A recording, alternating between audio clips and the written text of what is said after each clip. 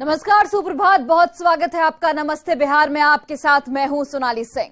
बिहार विधान परिषद के स्नातक और शिक्षक निर्वाचन क्षेत्रों की 5 सीटों पर आज रिजल्ट आएगा। इस चुनाव में 48 उम्मीदवार हैं। इसमें कुछ बड़ी पार्टियों से समर्थित उम्मीदवार हैं तो कुछ निर्दलीय उम्मीदवार अपनी किस्मत आजमा रहे हैं।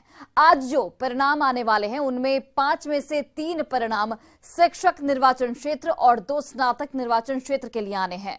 राजनीतिक दलों में सीधी टक्कर महागठबंधन और बीजेपी के बीच में है। सारण स्नातक क्षेत्र से बीजेपी के महाचंद्र सिंह और जेडीयू के वीरेंद्र यादव आमने सामने हैं। वहीं सारण शिक्षक विधान परिषद उपचुनाव में बीजेपी के डॉक्टर धर्मेंद्र सिंह का सामना सीपीआई के केदार पांडे के पुत्र पुष्कर आनंद से है। गया स्नातक क्षेत्र की बात करते हैं तो वहां पर बीजेपी के अवधेश नारायण सिंह के खिलाफ आरजेडी ने जगदानंद सिंह के बेटे पुनीत कुमार सिंह को उतारा है। गया शिक्षक क्षेत्र से जेडीयू के पुराने उम्मीदवार संजीव श्याम सिंह का मुकाबला बीजेपी के जीवन कुमार से है। इनके अलावा कोसी शिक्षक क्षेत्र से बीजेपी के रंजन कुमार का सीधा मुकाबला जेडीयू के संजीव कुमार सिंह से है। बता दें आपको कि बिहार विधान परिषद में सदस्यों की संख्या 75 है, जिसमें 4 सदस्यों का कार्यकाल 8 मई को समाप्त हो रहा है, जबकि 1 सीट पर उपचुनाव कराया गया है। यह सीट सारण शिक्षक निर्वाचन क्षेत्र से सीपीआई के केदारनाथ पांडे के निधन के बाद से खाली हुई है। 8 मई 2023 को जिन सदस्यों का कार्यकाल समाप्त होगा उनमें गया स्नातक क्षेत्र से अवधेश नारायण सिंह, सारण स्नातक क्षेत्र से वीरेंद्र नारायण यादव, कोसी निर्वाचन क्षेत्र से संजीव कुमार सिंह और गया शिक्षक निर्वाचन क्षेत्र से संजीव श्याम सिंह शामिल हैं।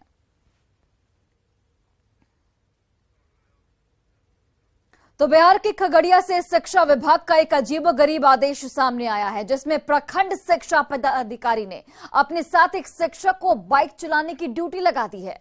विद्यालय निरीक्षण में अपने साथ बाइक चलाने की ड्यूटी का आदेश देख बिहार के शिक्षक भड़क गए हैं।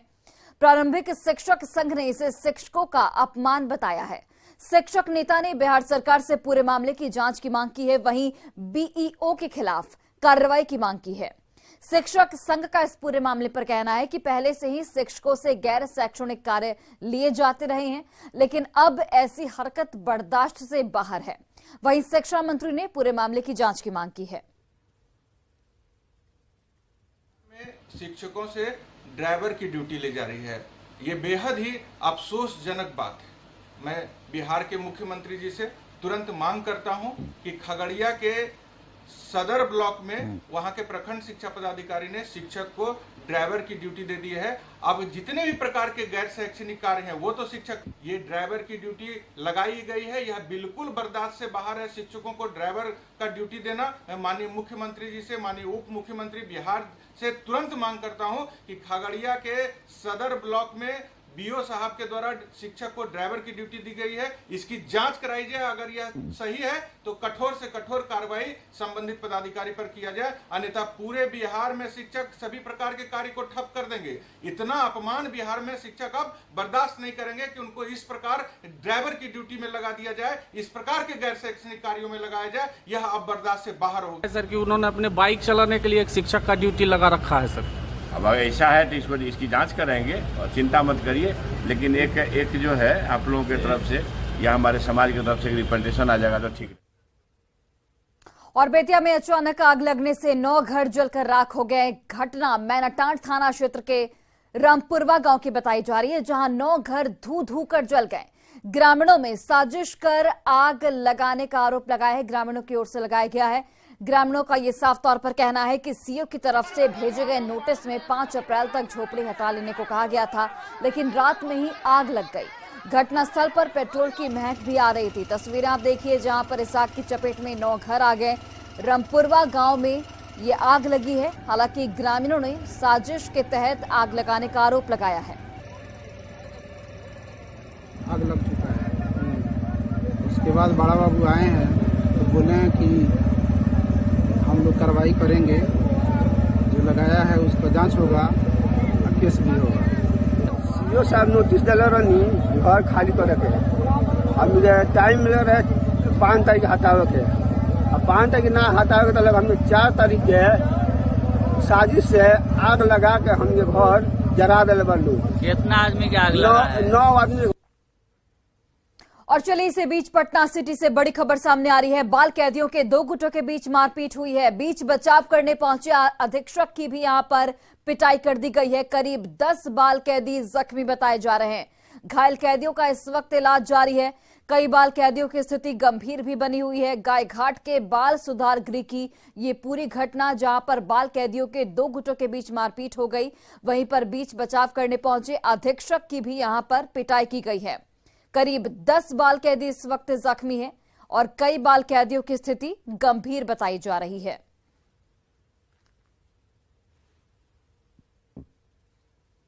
वहाँ जो विधि विरुद्ध बालक हैं उनमें आपस में मारपीट की घटना हुई है, जिसमें करीब 8-10 लोग इंजर्ड हैं। 6 लोग ज़्यादा इंजर्ड हैं, उनको एनएमसीएच में हम लोग इलाज के लिए लाए हैं। इस मारपीट में शायद बीच बचाव में जो उसके अधीक्षक महोदय वो भी जख्मी हैं। उनका इलाज निजी हॉस्पिटल में चल रहा है। तो क्या वजह कारण स्पष्ट पाया? आपसी विवाद तो बताया जा रहा है, आपस में बच्चों का विवाद है। इससे बच्चे क्या मतलब बाल से? और बड़ी खबर मुंगेर से, जहां मामूली विवाद में किसान के बेटे की हत्या के बाद परिजनों और ग्रामीणों ने जमकर बवाल किया है। आक्रोशित ग्रामीणों ने आरोपी के घर में जमकर तोड़फोड़ के बाद घर को आग के हवाले भी कर दिया है। हत्या को लेकर कोहराम के बाद मौके पर बड़ी संख्या में पुलिस बल की तैनाती की गई है। घटना सफिया सराय थाना क्षेत्र के सिंघिया बगीचा टोला की है, जहां एक परिवार गेहूं की दौनी कर रहा था। तभी गांव का एक दबंग और अपराधी रुपेश यादव घोड़े पर वहां आ पहुंचा और रंगदारी के रूप में गेहूं का कुछ बोझा मांगने लग गया, जिसका किसान के बेटे सुमन ने विरोध किया।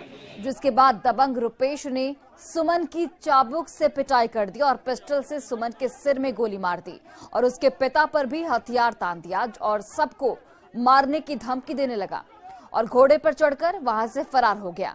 आनन फानन में पीड़ित परिवार ने अस्पताल पहुंचाया जो घायल था, लेकिन डॉक्टरों ने उसे मृत घोषित कर दिया। जिसके बाद परिजनों का गुस्सा फूट पड़ा और शव को NH 80 पर रखकर जाम कर दिया।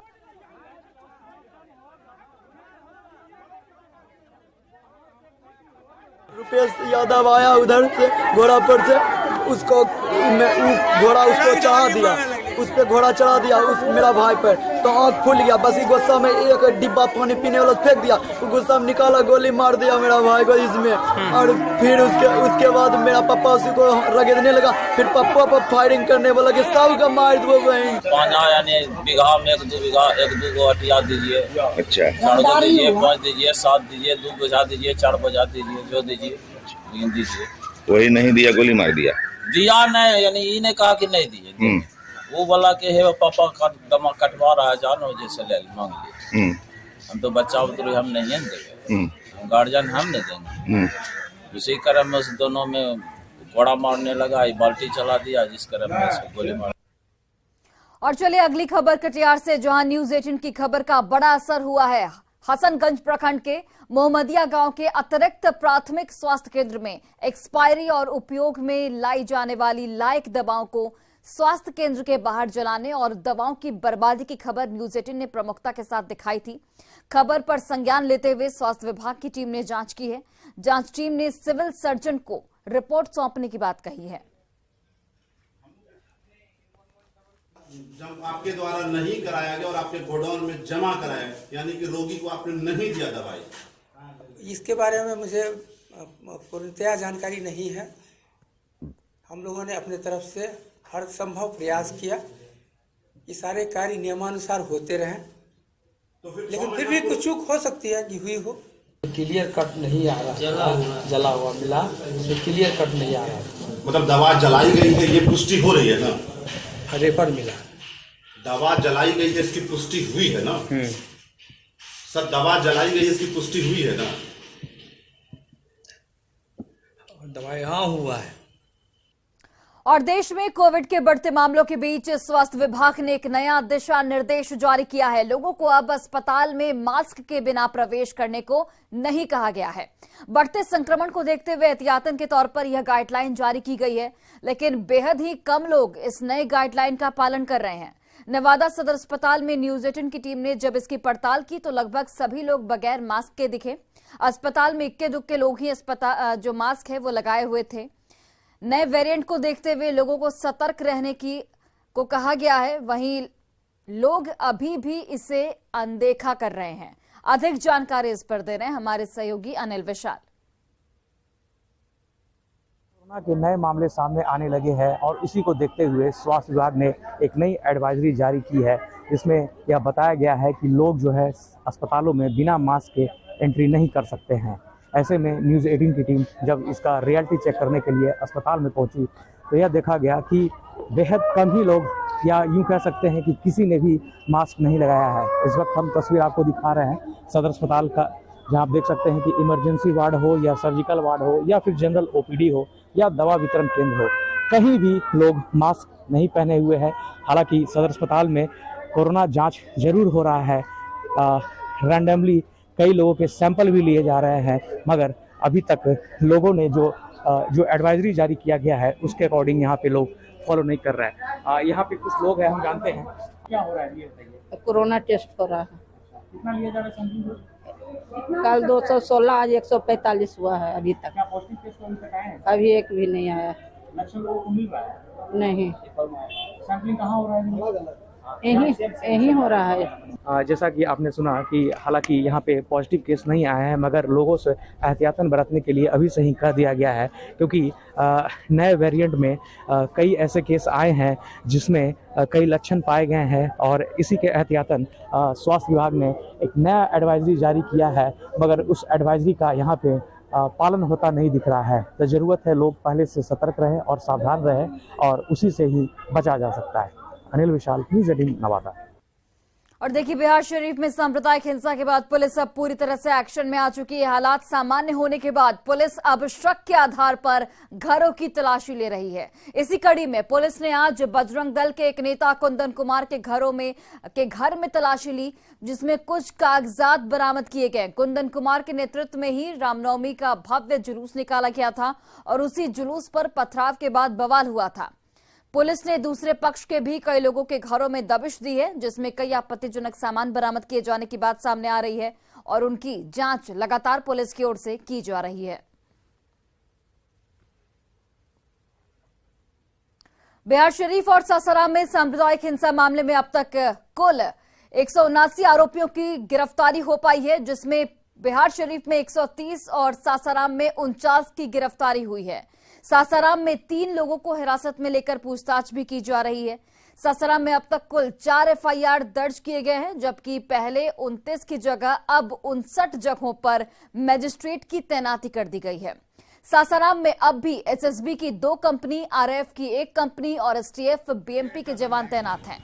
वहीं सासाराम में लगातार चौथे दिन भी इंटरनेट सेवा बंद है, जबकि बिहार शरीफ की अगर बात करें तो वहां कल तक 130 लोगों की गिरफ्तारी के बाद पिछले 24 घंटे में कोई नई गिरफ्तारी नहीं हुई है। पुलिस लगातार छापेमारी कर रही है और लोगों से अफवाहों पर ध्यान नहीं देने की अपील की जा रही है। बिहार शरीफ में इंटरनेट सेवा हालांकि बहाल करने पर आज फैसला लिया जाएगा।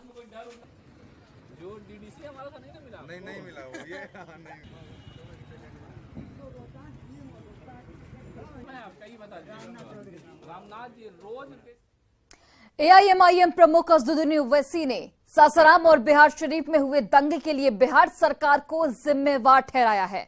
रामनवमी के बाद हुई हिंसा को रोक पाने में नाकाम रहने के आरोप में नीतीश कुमार पर लगाते हुए उन्होंने कहा कि इफ्तार पार्टी में टोपी और शॉल पहन लेने से दोष नहीं छिप जाएगा। रिपोर्ट देखिए।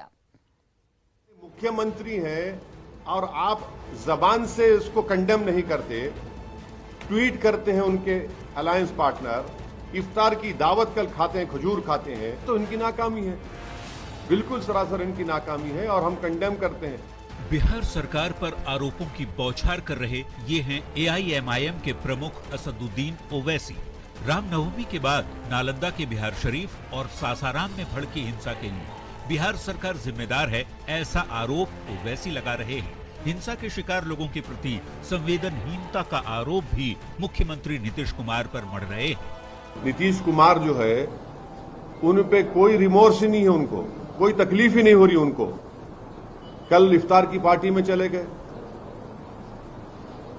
टोपी सर पर पहन लिए, शॉल पहन लिए, अरे कुछ तो हमदर्दी दिखाते, गम दिखाते।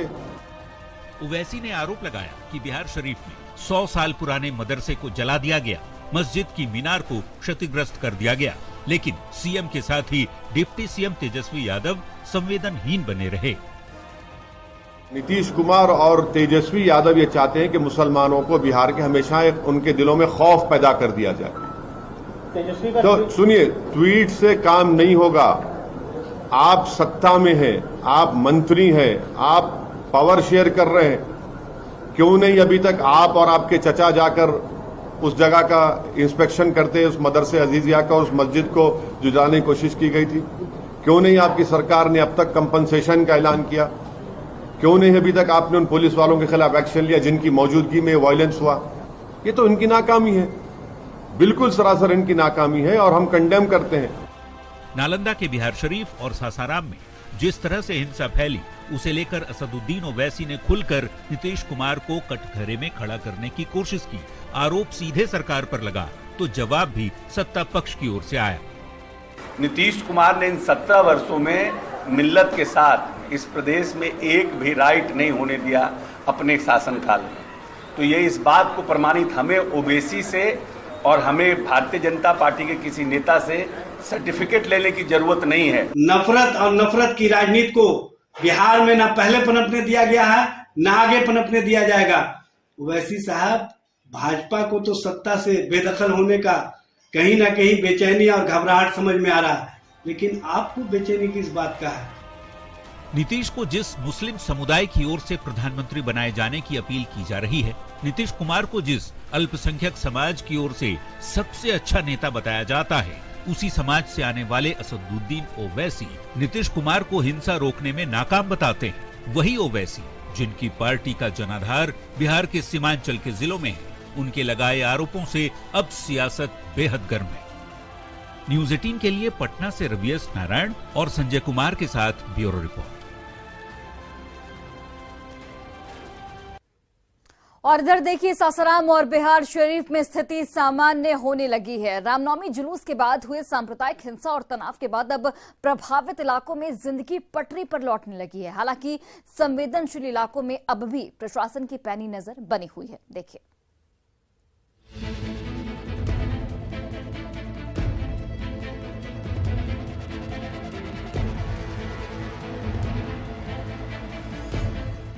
ये तस्वीरें सासाराम रेलवे स्टेशन के पास की हैं, जहां पहले की तरह चहलकदमी दिखाई दे रही है।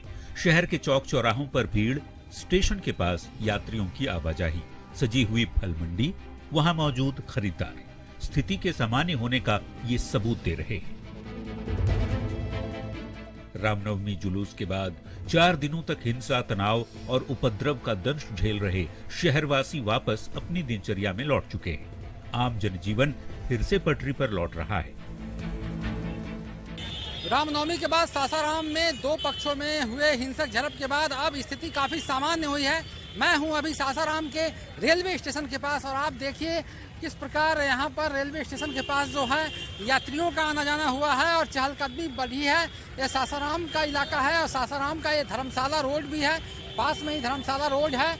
आप देख सकते हैं कि जो आम दिनों की तरह जो दिनचर्या है वो यहाँ आपको देखने को मिले। कला का माहौल बहुत बढ़िया है। तो कैसा था? उस समय का था कि भगदड़ हो गया था, जो शुरुआत दिन का था। अब नहीं है उसका। कैसा काम शुरू हो गया? सब बढ़िया से काम चालू है। सांप्रदायिक हिंसा की चपेट में बिहार शरीफ भी आया था। रामनवमी जुलूस के बाद यहाँ भी उत्पात, उपद्रव और हिंसा का गहरा प्रभाव देखा गया था, लेकिन अब बिहार शरीफ में शांति और सद्भाव का वातावरण नजर आ रहा है। बीते 4 दिनों से घरों में सिमटे लोग अब बाजारों में निकल रहे हैं, खरीदारी कर रहे हैं।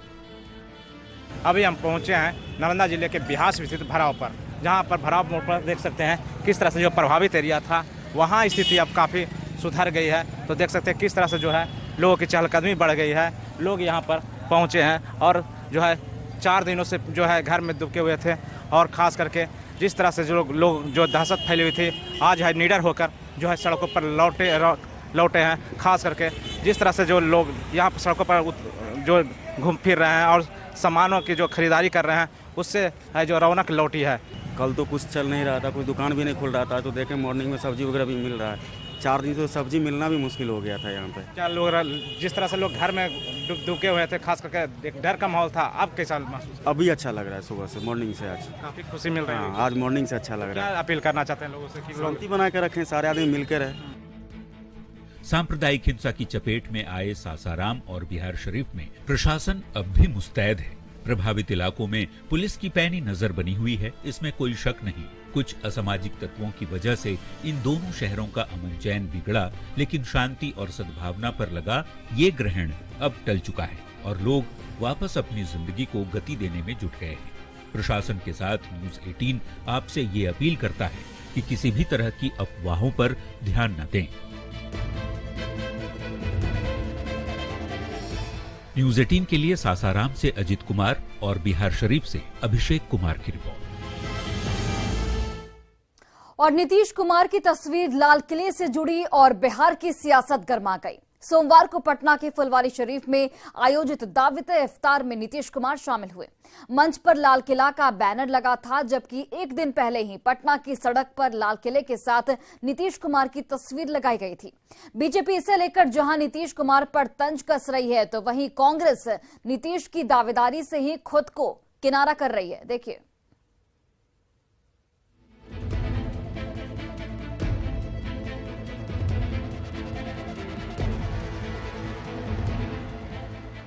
पटना के फुलवारी शरीफ में सोमवार को आयोजित दावत इफ्तार वैसे तो सामान्य आयोजन था, लेकिन इसे खास बना दिया लाल किले की इस तस्वीर ने।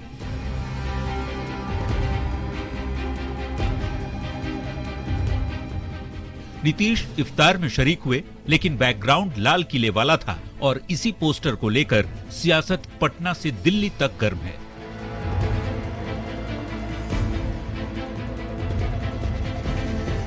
बीजेपी के नेता नीतीश पर क्या कुछ कह रहे हैं, पहले सुन लीजिए। कोई व्हाइट हाउस के सामने खड़े होकर नीतीश कुमार का होर्डिंग लगा दे कि खड़े नीतीश कुमार, तो अमेरिकी राष्ट्रपति नहीं ना बन जाता है। और इनको पूछता कौन है? कल ही स्टालिन ने सामाजिक न्याय पर एक अखिल भारतीय सम्मेलन किया, जिसमें वर्चुअल देश के तमाम पार्टियों के नेता जुड़े, लेकिन उसके अंदर ललन सिंह नहीं थे, उसमें कोई नीतीश कुमार नहीं थे।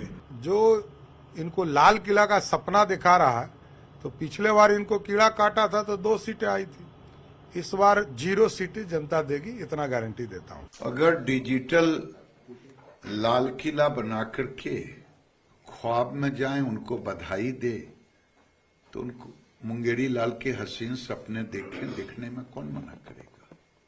चाहे तो वो मस्जिद में ही अपना ऑफिस खोल दे। लाल किले वाले पोस्टर पर बीजेपी नेता शहनवाज हुसैन कहते हैं कि लाल किला तस्वीर से नहीं 272 से ज्यादा सीटें लाने से मिलता है, जबकि कांग्रेस नीतीश की पीएम उम्मीदवारी से खुद को अलग करती नजर आ रही है। तस्वीर लगाने से लाल किला नहीं मिलता है, लाल किला 272 प्लस सीट लाने से मिलता है। कांग्रेस का आला कमान है, फैसला करती है, प्रभावी नेता हैं नीतीश जी, इसमें कहाँ किसी की दो राय हो सकती है। लेकिन ये अभी समय नहीं है जो सवाल आप पूछ रहे हैं। लाल किले के बहाने जिस तरह से पोस्टर को लेकर सियासी बयानों के तीर छोड़े जा रहे हैं, वो 2024 की लड़ाई तक और कितनी तेज होने वाली है, इसका महज अंदाजा ही लगाया जा सकता है।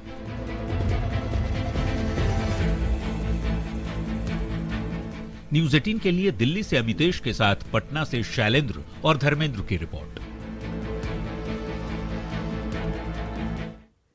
और पूर्णिया में आज सुबह मौसम ने अचानक करवट बदली है। हर तरफ कुहासा छाने लगा है और लोगों को ऐसा लगने लगा है कि दार्जिलिंग और शिमला का नजारा पूर्णिया में ही दिखने लगा है। कुहासे के कारण राह चलने वाले लोगों को काफी परेशानी हो रही थी। वहीं मॉर्निंग वॉक करने वाले लोग भी अचंभित नजर आए। देखिए।